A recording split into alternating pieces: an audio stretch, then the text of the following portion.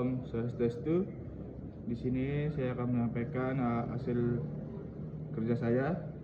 Saya atas nama Imadi Heri Setiawan dengan NIM 23073110027. Yang pertama yaitu jelaskan pengertian objek hukum yang diberikan contoh oleh objek hukum dalam hukum perkawinan Hindu dan hukum waris Hindu.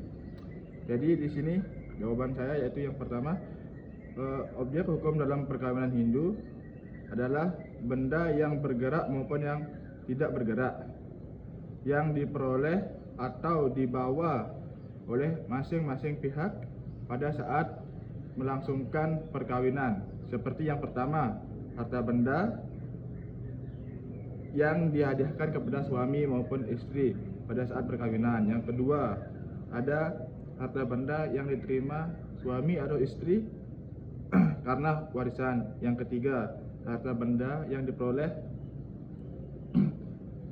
oleh selama perkawinan. Demikian pula objek hukum dalam hukum waris Hindu adalah harta warisan. Harta warisan tersebut bisa berupa harta maupun benda yang dapat dibagi maupun yang tidak dapat dibagi. Harta warisan ini dapat pula berupa harta benda yang berwujud dan dapat pula yang tidak berwujud. Yang kedua, analisis fungsi dan tujuan hukum secara umum menurut para ahli, dan kemudian jelaskan bagaimana fungsi tujuan tersebut tercermin dalam hukum perkawinan dan waris Hindu. Jadi di sini saya menjawab yang terdapat 9 ahli yang memberikan pernyataannya. Yang pertama yaitu Muhtar Kusumadja. Dia menjawab membedakan antara fungsi dan hukum. Yang kedua, Van Kan mengatakan bahwa tujuan hukum adalah ketertiban perdamaian. Yang ketiga, Wiryono Pradjodikuro mengatakan bahwa tujuan hukum adalah mengadakan keselamatan, kebahagiaan, dan ketertiban dalam masyarakat itu sendiri. Yang keempat, Thomas Aquinas berpendapat bahwa tujuan hukum adalah untuk melindungi esensi kemanusiaan. Hukum harus melindungi manusia dalam masyarakat agar manusia senantiasa dapat survive. Yang kelima, Reskos Pon mengatakan bahwa hukum harus melayani masyarakat dengan mengenal, menyeimbangkan kepentingan warga antara masyarakat itu sendiri. Yang keenam, Jeremy Bentham berpendapat bahwa hukum bertujuan untuk lebih apa yang berfaedah bagi orang. Bentham menitik beratkan pada unsur kemanfaatan dan kebahagiaan bagi orang-orang banyak. Yang ketujuh, Paul John Collins mengatakan bahwa secara umum tujuan hukum adalah untuk menegakkan moral, merefleksikan kebiasaan, kesejahteraan masyarakat, dan melayani kekuasaan. Yang kedelapan, Subekti mengatakan bahwa hukum itu mengabdi kepada tujuan negara yang dalam. Pokoknya adalah mendatangkan kemakmuran dan kebahagiaan pada masyarakat. Yang kesembilan atau yang terakhir, L.G. van Apeldoorn mengatakan bahwa tujuan hukum adalah untuk mengatur pergaulan hidup manusia secara damai. Perdamaian di antara manusia dipertahankan dengan melindungi kepentingan manusia tertentu, kehormatan, kemerdekaan, jiwa, dan harta benda dari pihak yang merugikannya.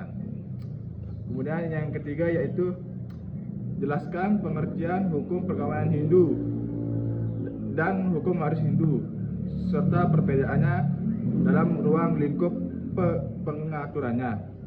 Jadi di sini saya menjawab hukum perkawinan Hindu adalah hukum yang mengatur kepentingan umat Hindu dalam bidang perkawinan. Sedangkan hukum waris adalah hukum yang mengatur kepentingan hukum umat Hindu dalam bidang waris. Namun implementasinya disesuaikan dengan kebutuhan, situasi, kondisi masyarakat pendukungnya dalam rangka mengatur ketentraman, keadilan, dan ketertiban dalam kehidupan masyarakat setiap hari.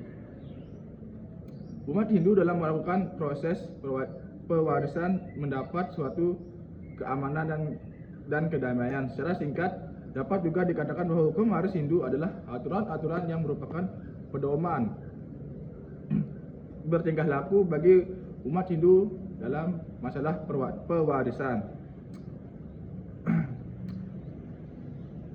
Kalau dikatakan bahwa hukum itu adalah perangkat kaidah-kaidah asas-asas yang mengatur kehidupan manusia dalam masyarakat, dapat disimpulkan juga bahwa salah satu fungsi hukum yang terpenting adalah tercapainya keteraturan dalam kehidupan manusia di dalam masyarakat.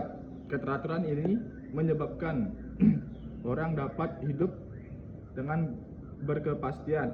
Artinya, orang dapat mengadakan kegiatan-kegiatan yang diperlukan dalam kehidupan bermasyarakat. Karena ini dapat mengadakan perhitungan tentang apa yang akan terjadi atau apa yang bisa ia harapkan. Keteraturannya yang intinya kepastian ini apabila hubungan dengan kepentingan yang penjagaan keamanan diri maupun harta milik dapat juga dinamakan ketertiban. Kemudian yang keempat yaitu jelaskan kesulitan dalam mendefinisikan hukum menurut ahli L.G. van Apeldoorn, dan mengapa definisi hukum tetap diberlakukan studi ilmu hukum. Jadi di sini saya menjawab hingga saat ini belum ada kata sepakat di antara para ahli hukum tentang pendefinisian hukum, terutama yaitu L.G. van Apeldoorn yang mengatakan bahwa tidak mungkin memberikan suatu definisi hukum karena hukum mempunyai banyak sekali segi dan meliputi berbagai macam hal yang menyebabkan tak mungkin orang membuat suatu definisi apa sebenarnya hukum itu, walaupun dia sadari bahwa suatu perumusan tentang hukum dapat mencakup segala segi dari hukum yang luas dan memang tidak mungkin dibuat. Jadi itu kutipan dari L.G. van Apeldoorn. Kemudian yang terakhir atau yang kelima yaitu